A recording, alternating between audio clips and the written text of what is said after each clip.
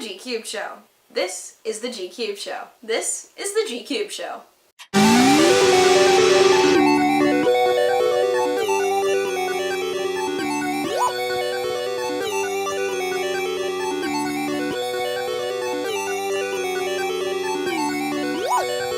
Hey guys, and welcome to what is the final episode of the G-Cube Show. Now you're probably sitting here waiting for me to start launching into some awesome news that happened this week in the gaming industry, but that's not what this episode's about. This episode is kind of a reflection. It's looking back on the show and how it's gone for the past 13, 14 weeks that I've been producing it. I really enjoy producing this show, and I think if you look back on it, you see this footnote at the bottom of all of my descriptions saying this video is a project of the Ohio University Honors Tutorial College thesis. And I think I should probably explain that to you guys. I should explain why this project is in existence, what I've learned from it, where I'm coming from. This project is part of my senior thesis project, so I'm doing this to graduate from college, which is important, but it's also an opportunity for me to learn independently and challenge myself to do something that I think is worthwhile to an industry. And as a journalism major, I've always been following games journalism. That's just kind of been an interest of mine for a while. So I wanted to look at, using YouTube for news and using YouTube in a way that can be informative, but also interesting and fun at the same time. So that became the G-Cube Show. Because I was so interested in the gaming industry, I decided to focus my show on that. Which I think was a great decision. I got to get to know an industry so much more better because I was closely following the news every week, trying to pick out what stories would be great, what stories wouldn't be.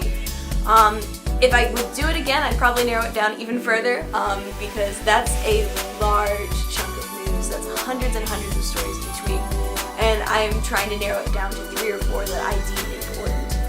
And a lot of stories kind of got to a point where it's like, this is important, but only if you're in this small section of the gaming industry. This is only important if you're interested in RPGs or this one individual video game, for example, League of Legends.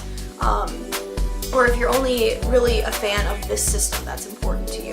So it became part of the challenge to figure out what is important to that general audience, which is kind of an interesting challenge that I discovered over the course of this semester.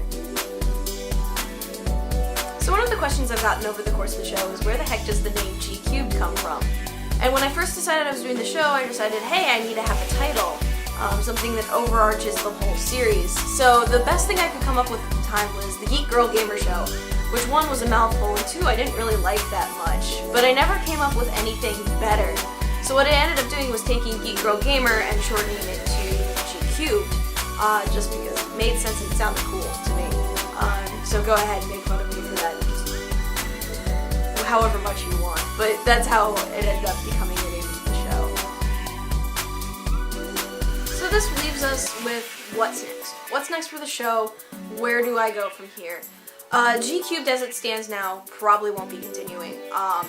It's going to be difficult enough for me to be writing my final paper and doing all my research next semester for me to also continue doing the show. And I think when I finish that, I would be totally open to the idea of independently finding a way to maybe do something like this again. I really, really enjoyed doing this, had a lot of fun doing it, but maybe take some of the things I've learned from the course of this show and apply them to something new, something different.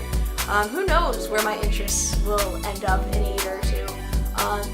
I love trying new things, I love discovering new things, so I hope that, I get a chance to do something like this again, whether just on my own, just for fun, or, get to do this in some sort of professional capacity. That would be fantastic as well.